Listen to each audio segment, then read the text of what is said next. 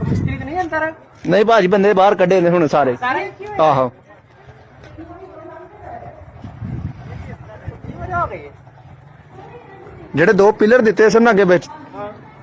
ਉਹ ਕਮਜ਼ੋਰ ਸਨ ਮਿਸਤਰੀ ਤੇ ਕੋਨੀ ਸੀ ਨਹੀਂ ਮਿਸਤਰੀ ਤਾਂ ਲੱਗੇ ਹੋਏ ਸੀ ਸ਼ੁਕਰ ਹੈ ਮਿਸਤਰੀ ਬਚ ਗਏ ਨੇ